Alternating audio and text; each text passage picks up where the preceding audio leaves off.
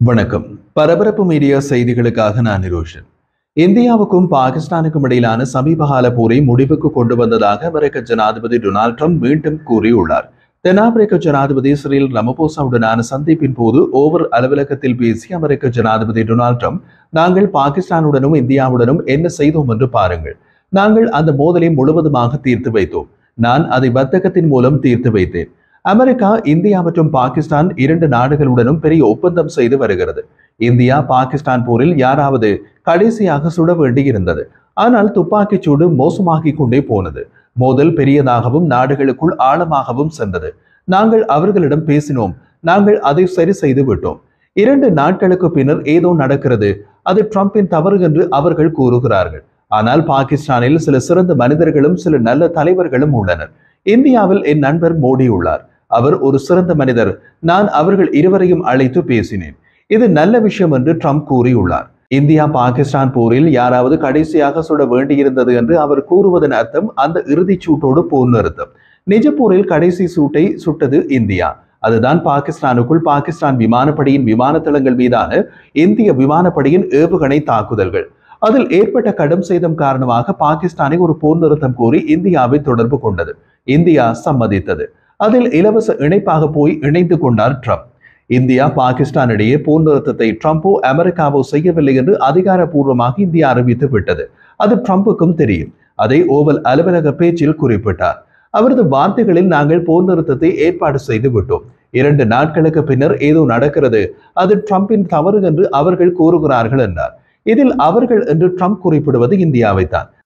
அதாவது போர் நிறுத்தம் ட்ரம்பின் தவறு என்று இந்தியா கூறவில்லை. போர் நிறுத்தத்திற்கும் ட்ரம்புக்கும் எந்த தொடர்பும் கிடையாது என்றுதான் இந்தியா கூறியது. உண்மையில் இந்தியா பாகிஸ்தான் போரில் ட்ரம்ப் செய்ததெல்லாம் ஓரமாக நின்று வேடிக்கை பார்த்து விசில் அடித்தது மட்டுமே. விசில் அடித்தது யாருக்காக?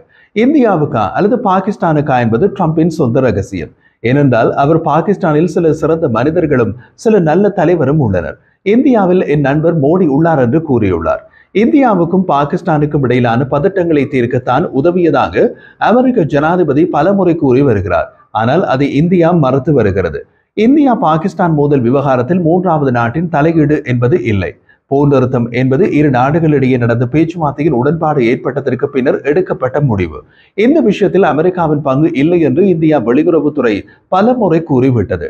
அப்படியிருந்தும் ட்ரம்ப் போர் நிறுத்த செம்மல் என்று ஜெகினா கிரீடத்தை தனது தலையில் தானே தூக்கி வைத்துக் கொள்ள தவறுவதில்லை. சிறிது காலத்திற்கு கனடாவை அமெரிக்காவின் 51வது மாநிலமாக்குவேன் என்று புலம்பிக் கொண்டிருந்தார். கனடா விற்பனைக்கில்லை என்று கனடிய பிரதமர் மார்க் கார்னி வெள்ளை மாளிகையில் ட்ரம்ப் எதிரிலேயே என்று சொல்லிவிட்டு வந்தார். அதன் பின்னரும் ஓரிரு தடவைகள் கனடாவை அமெரிக்காவின் 51வது மாநிலமாக்குவேன் என்று வெவ்வேறு டியூன்களில் கூறி பார்த்தார். அவருக்கு அருகில் இருப்பவர்களே அவரை ஒரு மாதிரியாக பார்த்துவிட்டு வானத்தை பார்க்கிறார்கள் என்று பௌர்ணமியா என்று. இப்போது புதிதாக போர் நிறுத்த செம்மலாகி உள்ளார். அடுத்த ஆட்டம் எதுவென்று தெரியவில்லை. அது கிடைக்கும் வரை போர் நிறுத்த செம்மல் தொடரும். இதுவரை குறைந்தபட்சம் 7 தடவைகள் இந்தியா பாகிஸ்தான் போரை நிறுத்தியது நான் தான் என்று ட்ரம்ப் பேசிவிட்டார். இதற்கு மேல் கணக்கு வைத்துக் கொள்ள நாம் தயாராக இல்லை. இப்படியான சூழ்நிலையில் இந்தியா பாகிஸ்தான் போர் நிறுத்தம் எப்படி நடந்தது என்பது பற்றி இந்திய வெளியுறவுத்துறை அமைச்சர் ஜெய்சங்கர் பரபரப்பான விளக்கத்தை அளித்துள்ளார்.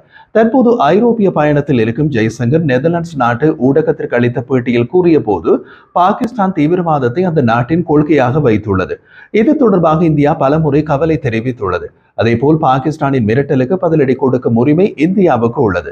ஏப்ரல் 22ஆம் தேதி நடந்தது போன்ற தீவிரவாத தாக்குதல் நடக்கும் பட்சத்தில் ஆபரேஷன் சிந்தூர் நடவடிக்கை தொடரும் என்ற தகவலை உறுதியாக சொல்கிறோம்.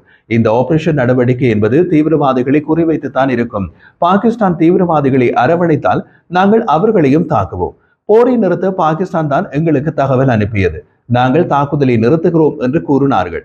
நாங்கள் அதற்கு ஒப்புக்கொண்டோம் என்று கூறினார். இந்த வேளையில் ஊடகத்தின் செய்தியாளர் அமெரிக்கா தான் போரை நிறுத்தியதாக ட்ரம்ப் கூறுகிறாரே.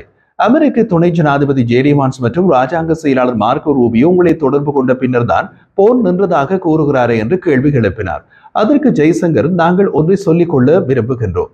தாக்குதல்கள் தொடங்கிய பின் எங்களுடன் அமெரிக்கா மட்டுமின்றி நிறைய பேர் பேசினார்கள். அவர்களிடம் நாங்கள் கூறியது ஒன்றுதான். பாகிஸ்தான் மோதலை நிறுத்த விரும்பினால் அதனை எங்களிடம் நேரடியாக கூற வேண்டும் என்று தெரிவித்தோம். அதன் பின்னர் பாகிஸ்தான் ஜெனரல் எங்களின் ஜெனரலை அழைத்து தாக்குதலை நிறுத்துவதாக கூறினார். இந்த மோதல் நிறுத்தத்திற்கு பாகிஸ்தான் இந்தியா இடையேயுள்ள பேச்சுத்தான் காரணம். 3வது நபரின் தலையீடு என்பது இல்லை என்று கூறியுள்ளார். சரி, இந்திய வெளியுறவு அமைச்சர் ஜெய்சங்கர் நெதர்லாந்து நாட்டுக்கு பயணம் செய்ததில் ஏதாவது முக்கிய காரணம் உள்ளதா? அது சரியாக தெரியவில்லை. இது ஒரு வழமையான பயணமாக இருக்கலாம். இந்தியா பாகிஸ்தான் போர் நடப்பதற்கு பல மாதங்களுக்கு முன்பே திட்டமிடப்பட்ட பயணமாகவும் இருக்கலாம். ஆனால் இந்தியா பாகிஸ்தான் போர் தொடர்பாக நெதர்லாந்துக்கு சுற்றி வளைத்து ஒரு தொடர்பு உள்ளது. பாகிஸ்தானுக்கு ஆயுதம் வழங்கும் நாடுகள் சீனாவும் துருக்கியும் என்பது அனைவருக்கும் தெரியும். பாகிஸ்தானுக்கு சீனா அவர்களது இறக்குமதியில் 81% ஆயுதங்களை வழங்கியுள்ளது. அதேபோல் துருக்கியும் ஆளற்ற விமானங்கள் உட்பட ஆயுதங்களை பாகிஸ்தானுக்கு வழங்கியது. இது அனைவருக்கும் தெரியும். ஆனால் முதலிடத்தில் உள்ள சீனாவுக்கு அடுத்தபடியாக 3வது இடத்தில் உள்ள துருக்கிக்கு முன்பாக 2வது இடத்தில் ஒரு நாடு ஆயுதங்களை வழங்கி வருகிறது. அந்த நாடு எது? அந்த நாட்டின் பெயர்தான் நெதர்லாந்து. பாகிஸ்தானுக்கு சீனாவுக்கு அடுத்தபடியாக நெதர்லாந்து 5.5% ஆயுதங்களையும் துருக்கி 3.8% ஆயுதங்களையும் வழங்கியுள்ளன. இது 2020 முதல் 2024 வரையிலான 5 ஆண்டு தரவு. நெதர்லாந்தை எடுத்துக்கொண்டால் பாகிஸ்தான் கடற்படைக்கு அதிக ஆயுதங்களை வழங்கியுள்ளது.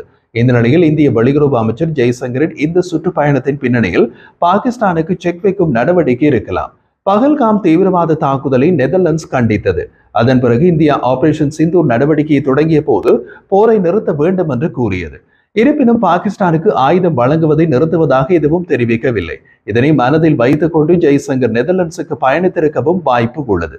பாகிஸ்தானுடனான வர்த்தகத்தை நிறுத்துங்கள் என்பதை சொல்லாமல் சொல்வதற்கான பயணமாகவும் இது இருக்கலாம். இந்தியாவுக்கும் நெதர்லாந்துக்கும் இடையே கடந்த ஆண்டு $22 பில்லியன் வர்த்தகம் நடைபெற்றது.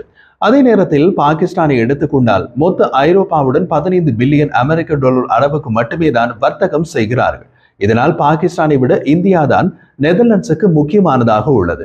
இதனை ஞாபகப்படுத்தும் வகையில் ஜெய்சங்கர் நெதர்லாந்துக்கு சென்றிருக்கலாம். அத்துடன் நெதர்லாந்து இந்திய பாதுகாப்பு துறையில் கால் பதிக்கவும் விரும்புகிறது.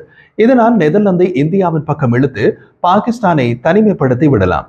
குறிப்பாக கடற்படை துறையில் நெதர்லாந்துக்கு பதில் மாற்று நாட்டை பாகிஸ்தான் தேட வேண்டிய நிலைமை ஏற்படுத்தலாம்.